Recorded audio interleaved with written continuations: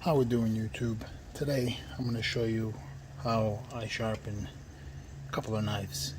Two different ways, two different methods. Here is a Germany knife, and this one's a Portugal knife. High carbon steel on both of them.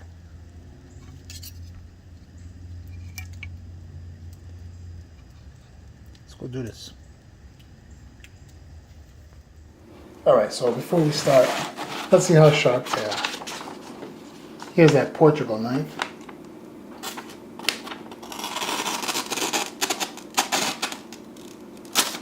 Their hand up right there. A little rough. This one here, Germany knife. It's a little sharper than that one, but it still has a little bit of hang ups here and there, right there, especially towards that tip. Okay, so let's go do this. Alright, many of you are going to say you don't have a 2x72 belt grinder. That's not a problem. I know that. Not everyone has one of these. I actually built this one. I didn't have one prior, so there we go. So here's the next best thing that you can get. You can always grab a 1x30 over at Harbor Freight or your local hardware store. These things don't go for much, and they can come in handy with various projects. Okay, so first things first is number one rule, especially if you have heat treated steel, is you want to keep that cool. So underneath here I have a bucket there. What I like to do is I like to spray the belt. I spray the belt before I get started, and I dip the blade into water.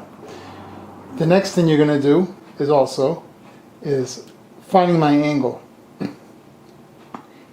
If you're not certain, what you do is, before you even start the machine, you place your blade up to that belt, and you can tip it back and forth until you see your angle. So right there is my angle. Okay? Now that's where your muscle memory comes into play. Yes, you can mess this up the first time, especially if you don't do this a lot. But with practice, you will find in the future that finding this angle, you will never have to ever again have a stopped belt to find it. You can just feel for it. You can look, I could see right there and then where that angle is. I could just go and attack and execute my grain line. Next thing you want is you want to lightly start at the ricasso and lightly end at the tip. Many people make a mistake digging in too deep here and digging too deep there. Okay? You don't want to do that. Keep that in mind. Start off light, nice pressure, nice follow, and nice swoop, and end it very lightly. I like to only do one swipe and one swipe of each side. That way you don't take off too much metal, and it will be consistent on both sides. So let's start this. Alright, I have here my water bottle. I'm going to start it up, spray it, dunk this in water, and then do that one side. So let's do this.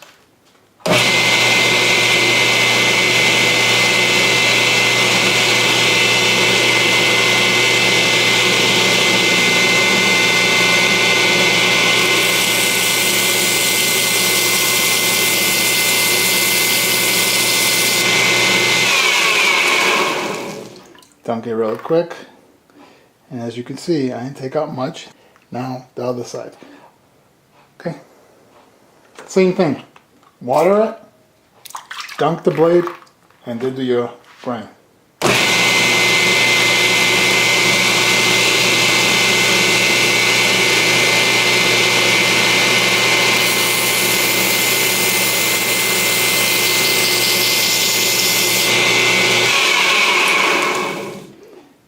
And as you can see, very lovely. Both sides. Now at this point I just have that little burr. Okay, I'm going to bring it over to the buffing wheel right down there.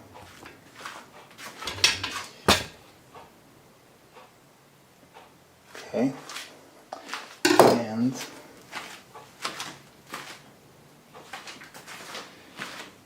here I have a compound. It's a cutting compound. You can get this at various stores. I believe even Harbor Freight sells this stuff. Normally, I like to leave this and let that dry onto the wheel. I don't like just going for it while it's wet. For right now, it'll be alright. So, let's do this.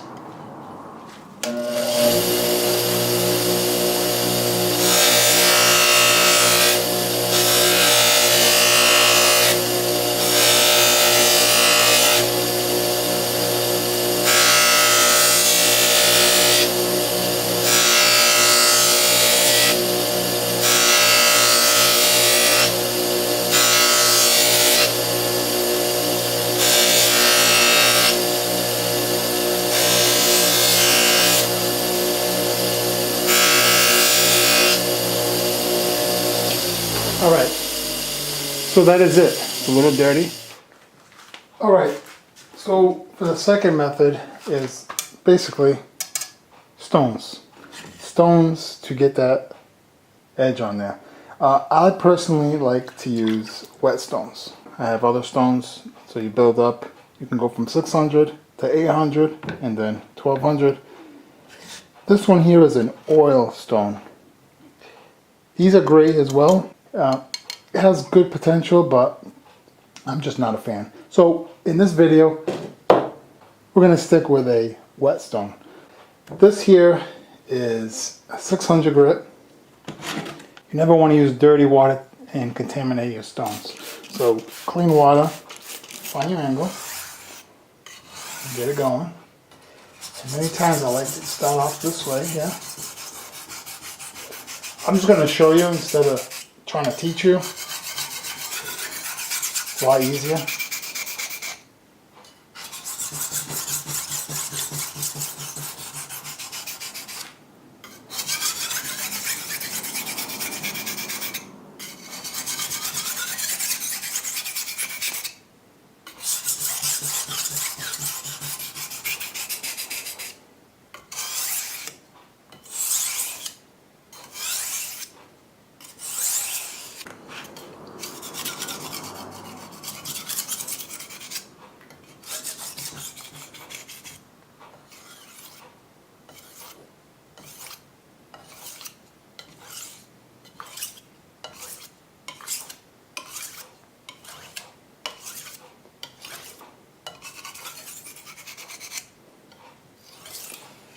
And it doesn't take much on that one.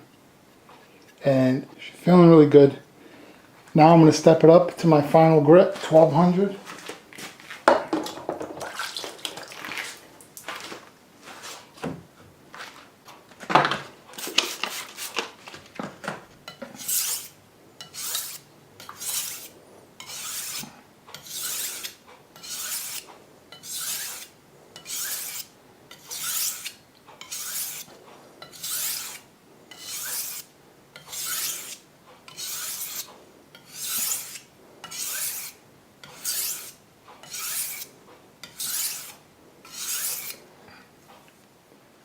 Alright, I'm happy with that.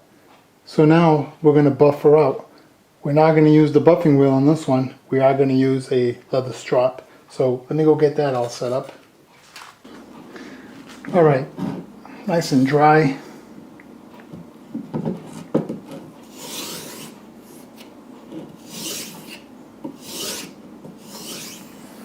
Now this is putting a nice polish on this edge. Same as what a buffer would do.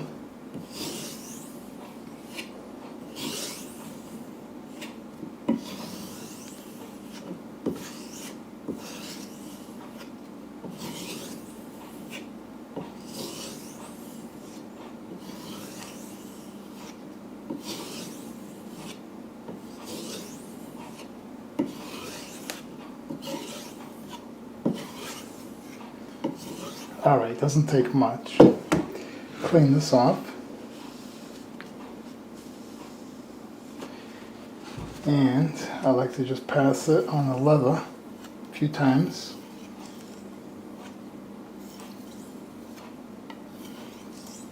Okay, set that off to the side. Let's get some paper out. See how she cuts. You can see that nice edge there. As you can see, whetstones are the way to go. Beautiful. Beautiful. Wow.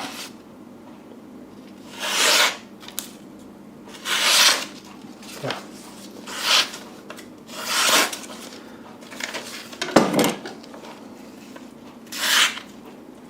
You can hear the difference because this one has those belt marks, still sharp, but you can hear it skipping. This one, smoother. Yeah.